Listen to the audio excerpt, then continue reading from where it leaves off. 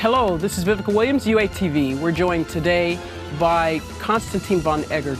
He is a political observer with TV Rain in Moscow, Russia. Thank you so much today for joining us, Konstantin. Thank you. Yes. And what I wanted to talk to you today about was you recently wrote an article that has just gone viral and spread everywhere. Yeah, I did, and it was about the situation in the Russian media with regard to coverage of the United States. I write a weekly column for Dozhd, DW website, and just last week, actually, I met someone who works and has good connections at Russian state. A main state TV holding, or rather, I would even say multimedia holding, which is called VGTRK. And one of the things that this person told me was that all editorial segments of TV and radio in this mega company have received an order to scale down on coverage of Donald Trump. And this person said to me, it can be summed up in a very short phrase, no more Trump. And because for weeks before that, after the election, there was a lot of coverage of Donald Trump. Sometimes he would get 3 or 4 pieces about America in a newscast. And quite a lot of what was said was, I would say, very positive, sometimes certain talk shows bordering on phony. But it's all gone now in a matter of actually 48 hours. Right. And as I was just recently reading, I mean, in January, it's written that Trump received more coverage in the Russian media than even Putin did, which is the first time since 2012. So here you have this insider knowledge, so we can speak, saying that the Kremlin said, you know, as you wrote, or get rid of all of these hosannas about Trump. But of course, they immediately came and said that this wasn't the case. So what's come up with this change in this narrative, this completely just, we need to back off from being so positive about Trump. So tell me what's going on. What's going on with this? Frankly, Vivica, first of all, there is already hard data to prove that I, as well as my colleagues from Bloomberg, who picked up the story, developed it, and checked their own sources, that we were right.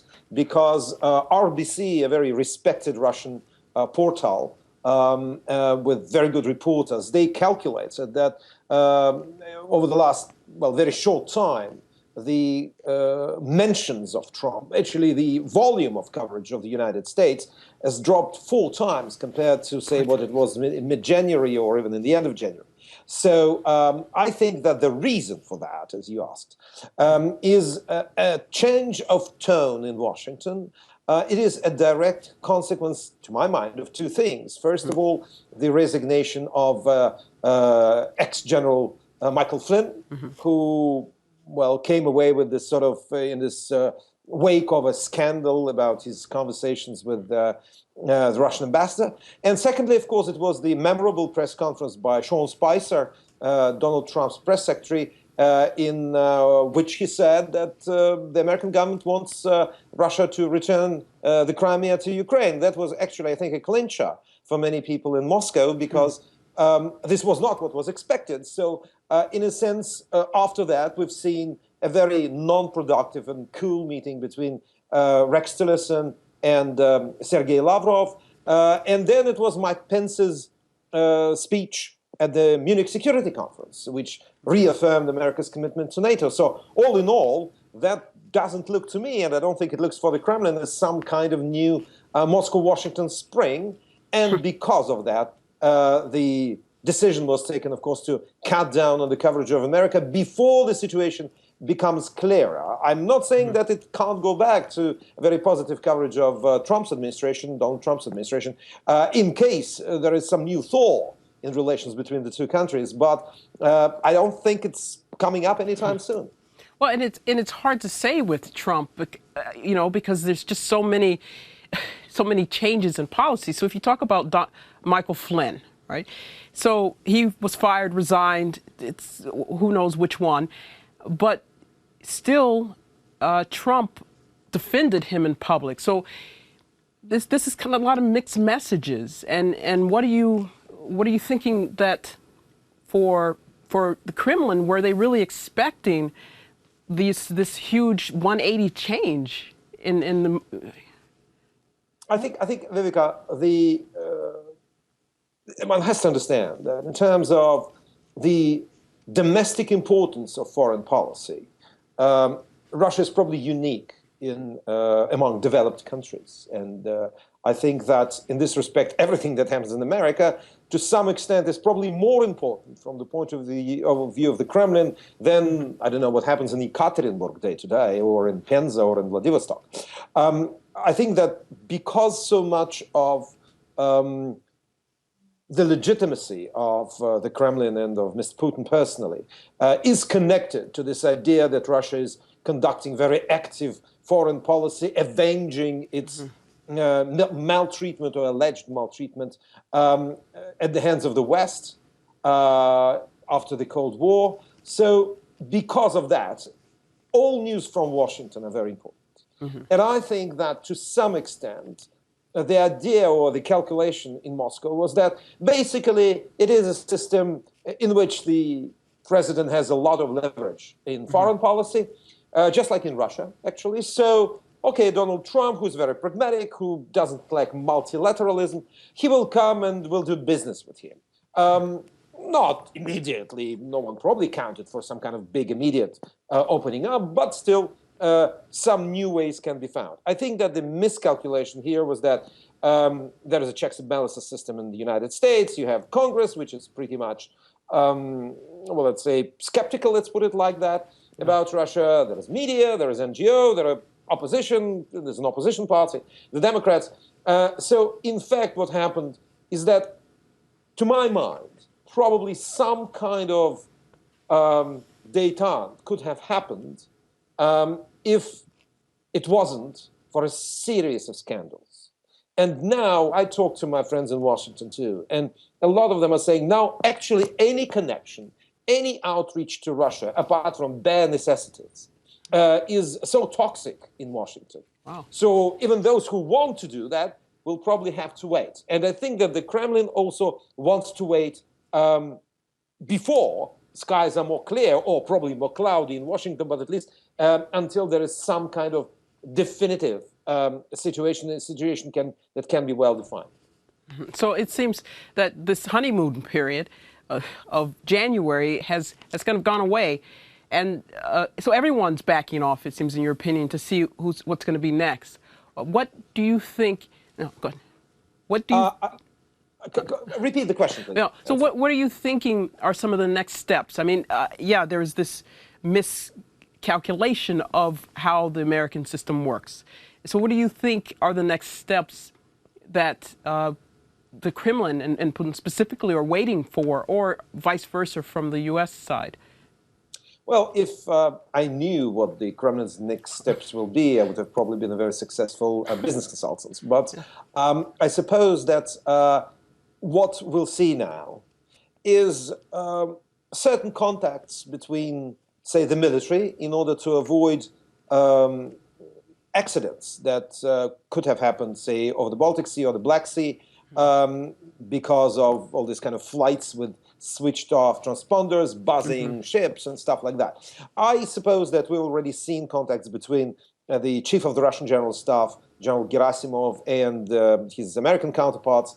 And I think that it is about, well, avoiding what could lead to a tragedy and probably World War III. So we are now somewhere on that page. With regard to political contacts, what we see is that Sergei Lavrov and Rex Tillerson did not even mention any kind of preparation for a bilateral Putin-Trump meeting. It seems that in the current climate, they will not meet before the G20 meeting in summer. And I suppose that at the same time, the Kremlin will scale down on the coverage of the United States, which it already did, but I don't think there's going to be any huge sort of anti-American propaganda. Also, because there are still a lot of things that are up in the air. What I can say, what I think the Russian government is prepared for is actually to have the relationship between Moscow and Washington at the level that it was in the last months of the Obama administration. They are prepared for this level of sanctions, this level of very, very muted dialogue, this level of confrontation, cooperation, say, over Syria.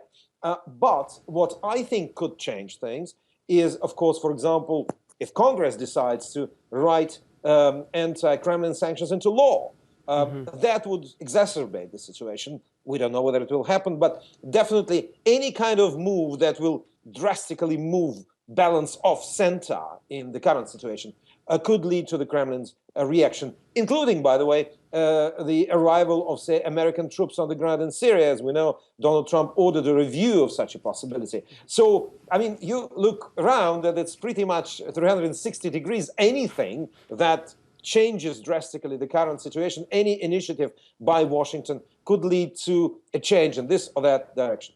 Right, and of course the big problem is this Trump it's like he carries a bag of wrenches around. No one really has an idea of what's going to go on.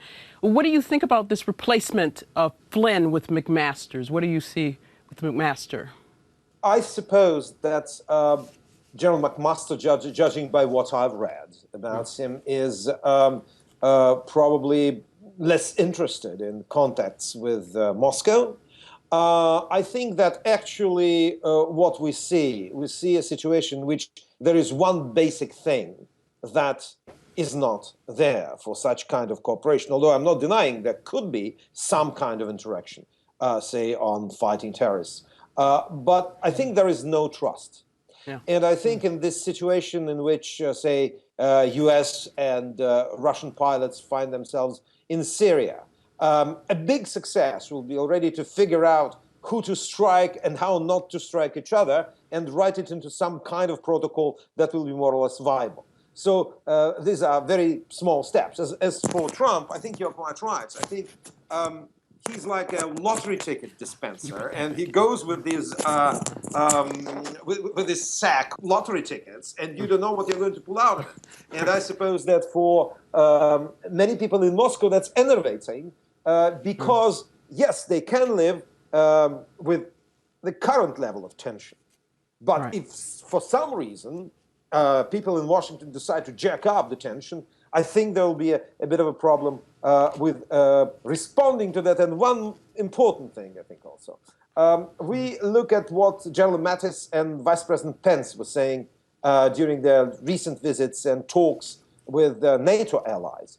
I suppose that if we see during the Brussels summit of NATO in May, this continued drive to increase military spending inside NATO, to modernize forces of those countries that were lagging behind in fulfilling the 2% of GDP criteria for military budgets, that could also be a very unpleasant thing for Moscow, because although huge military spending, we've seen quite a lot of military spending in the last few years by Moscow, but of course to match huge NATO commitments will be much more difficult.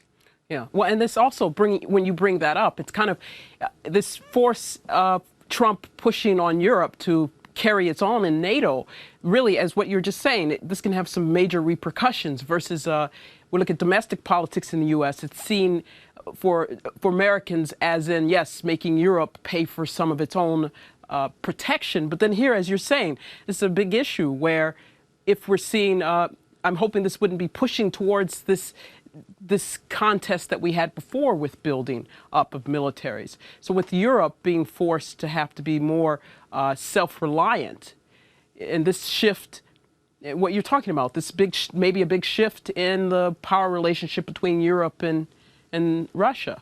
We're looking at. I think that all this story with these big hopes that were pinned on Trump that suddenly seem to be not very well grounded, it's just an illustration of, this old saying, be careful what you wish for. Yeah. I think that, yes, it seems that not only budgets will be increased, but, for example, look at some frontline states, as they are now called in NATO, for example, Latvia. It's buying several dozen, I think up to 100 modernized Austrian howitzers, which was probably not on the cards 3-4 years ago, probably even a year ago.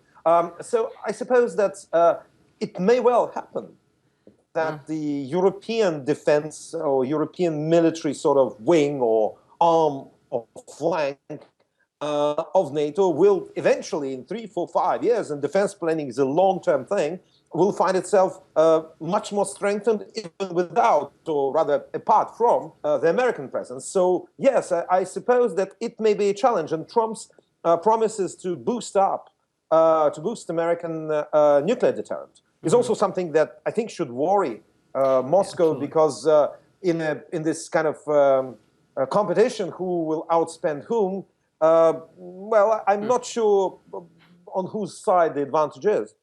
No, all right. And I have one last question before you go. Are you seeing that because of Trump's inexperience and having a more inexperienced team, either they're going to have to pull in more experienced people, or is there going to be more pressure on Russia to be able to have the more appropriate conservative response? I think that if we see some kind of more or less stabilized lineup in the Trump administration, he still has to fill a lot of important positions, important actually from the point of view of foreign partner, foreign interlocutors, including Moscow, of course. For example, there is no number 2 in the State Department who could lend Rex Tillerson, actually my former boss in ExxonMobil, to a hand in sort of managing the State Department. Before that, it's very difficult to say how relations will develop. I mean, Russian diplomacy is professional enough to deal with any Secretary of State or any defense minister or this Secretary of Defense. But there is a lot of unpredictability. I suppose that when it comes to, if you wish, nuts and bolts issues, probably even now, say, the militaries can find ways of cooperating to avoid some kind of accidents. But if you're talking on policy level, then of course this is still completely vague. And I suppose that Moscow will have to prepare a multitude of responses in order to reply, in order to interact with different types of what still is potentially several Trump administrations that could, depending on the situations, come into being. All right. Well, thank you very much, Konstantin, for being with me today. I really wish we could continue this conversation, and hopefully we'll have an opportunity in the future. I'm sure you'll be writing something else that's going to go viral, and everyone's going to be talking about it. I sure will do. Thank you very much, and have a great day. Thank you. Bye. Thank you, and this is Vivica Williams with UATV.